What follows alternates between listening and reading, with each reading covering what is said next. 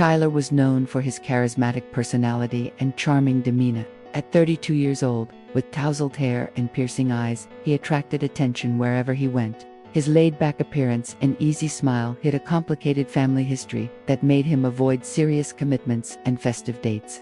From a young age, Tyler distanced himself from family celebrations. The memories of the tumultuous Christmases of his childhood still haunted him. He preferred to spend the holidays in bars or at parties with friends, seeking superficial fun to fill the emptiness he felt.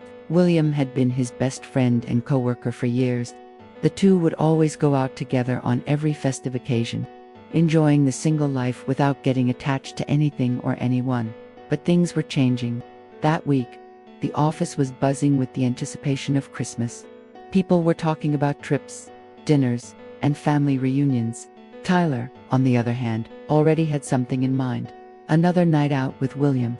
2 days before Christmas Eve, he approached his friend with enthusiasm at the end of another workday. "Hey Will, you won't believe it. I found a new bar that's going to be the hit of Christmas night. Amazing place, live music, and of course, lots of beautiful women. We have to go, buddy," Tyler said excitedly, patting his friend on the shoulder. William smiled, but his smile was different this time. There was a hint of embarrassment in his eyes. "Man, it sounds awesome. But remember that girl I told you about? Rachel. Things have gotten serious between us." Tyler frowned, still not fully processing. "Serious? Like how serious?" "Like, I'm going to spend Christmas with her family this year. She invited me, and I thought it was the right time. You know, I couldn't say no." Tyler's shock was evident.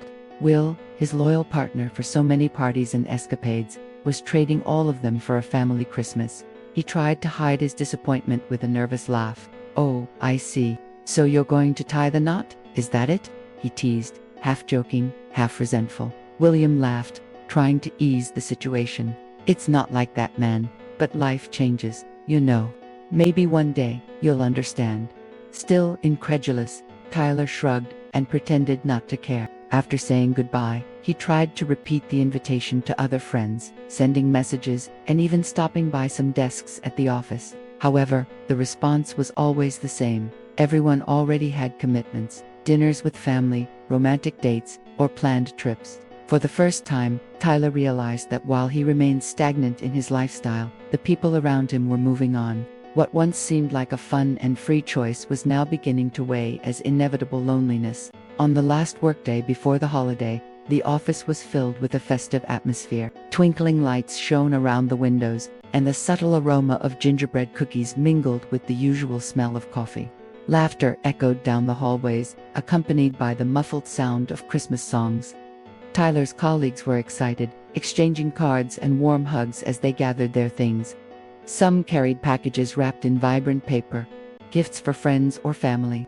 In contrast, Tyler remained at his desk, gaze lost on the screen, fiddling with a pen, pretending to be busy even though there were no more tasks to finish. He had no parties to attend, no one was waiting for him. His phone rang, interrupting the hum of his thoughts. Seeing his mother's name on the screen, he sighed. It wasn't the first time she had called that week. He knew what was coming. "Hello, Mom," he answered, trying to sound more cheerful than he felt. "Tyler, dear, I know you're busy, but I hope you're still considering my offer. The dinner will be wonderful, and everyone would love to see you. It's been so long." Tyler squeezed his eyes shut, a pang of guilt mixing with discomfort. "Thanks for the invitation, Mom, but I already have plans. It's going to be exciting," he lied. On the other end of the line, there was a pause. "All right, dear. I just want you to know there's always a place for you at the table," she replied, her tenderness intensifying the emptiness inside him. When he hung up, Tyler noticed the office was almost empty, except for him and Alice, who was still silently working at her desk in the finance department. Alice was a discreet figure, almost invisible in the hectic day-to-day of the office. Her long brown hair was pulled back in a simple bun. Thin-framed glasses rested on her delicate nose, and her sober clothing in neutral shades reinforced the impression of a practical, reserved person. Among colleagues, Alice was nicknamed Cat Lady, though the nickname carried cruel stereotypes. It reflected the superficial perception they had of her, a solitary, eccentric woman, probably surrounded by cats, in an apartment full of books and silence. Tyler, like many, had never bothered to find out if it was true. As she passed by Tyler's desk, Alice paused, holding some papers in one hand.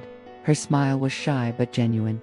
I didn't even realize anyone was still around. You're really dedicated. Just don't work too hard, or you might be late for Christmas dinner, she said. Tyler looked up, surprised by her approach. Well, actually, I don't have any plans for the holiday. Alice arched her eyebrows slightly in surprise.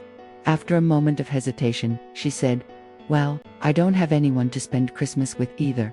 I'm just making a simple dinner at home. If you want, you're invited, at least to have something to eat. Tyler was speechless. Spending Christmas with the office cat lady wasn't exactly what he imagined. He opened his mouth to politely decline, but something in Alice's gaze disarmed him. There was no pity, no neediness, just genuine kindness. Well, why not? It might be nice to eat something other than frozen food. He smiled, still unsure. A few hours later, Tyler arrived at Alice's apartment. To his surprise, he was greeted by an excited Labrador dog, not the dozens of cats he expected. This is Max, Alice said affectionately. He loves visitors. The apartment was cozy and smelled of cinnamon and pine. On the wall was a serene landscape painting. I painted it a few years ago, Alice said, noticing his interest. It's really beautiful, Tyler replied, admiring the detail. They had dinner, roasted turkey, potatoes, vegetables, and a delicious pie. Tyler was surprised by the care she put into everything. During dinner, Alice looked at him with kindness. Tyler, may I ask you something? Why are you alone on Christmas? He hesitated. Then, slowly, he told her everything. His parents' constant fighting, the one peaceful Christmas that ended with the announcement of their separation, and the fear that holidays would always bring pain. When he finished, he asked her gently, and you, Alice, why didn't you have plans? She set down her fork and said, my parents passed away, and my marriage. It didn't survive the death of our son. Tyler was shocked, completely disarmed. I'm so sorry, Alice. I had no idea. It's okay, Tyler. It's been a few years. I still miss him, of course. But the most intense pain has passed, she said calmly. She told him how grief had quietly eroded her marriage, and how she chose solitude not out of preference, but necessity. You are very strong, Tyler murmured. Strength isn't always a choice, Alice replied. Sometimes it's the only option we have. But can I give you some advice? Don't let fear of the future steal the joy you can have in the present. Living in the past robs us of precious time. Her words stuck with him. Later that night, Tyler asked, would you come with me to my parents' house? Maybe we can still catch dessert. Alice agreed. When they arrived, Tyler's family was surprised but overjoyed. His mother hugged him tightly. His father smiled. Alice was warmly welcomed, and the night was full of laughter, children playing, and warmth. In the following months, Tyler and Alice grew close. Their bond deepened, and what began as an unexpected dinner turned into love. By next Christmas, Tyler proposed to Alice in front of his whole family. You taught me not to let the past define my future, he said. With you, I want to build a new one. Will you marry me? Alice said yes. As they embraced, Tyler whispered, Christmas isn't something I fear anymore. It's something I look forward to with you. And so, what began as two lonely hearts on a cold holiday evening turned into a story of healing, love, and second chances. If you enjoyed this story, please leave a comment and share it with someone who needs a little Christmas magic.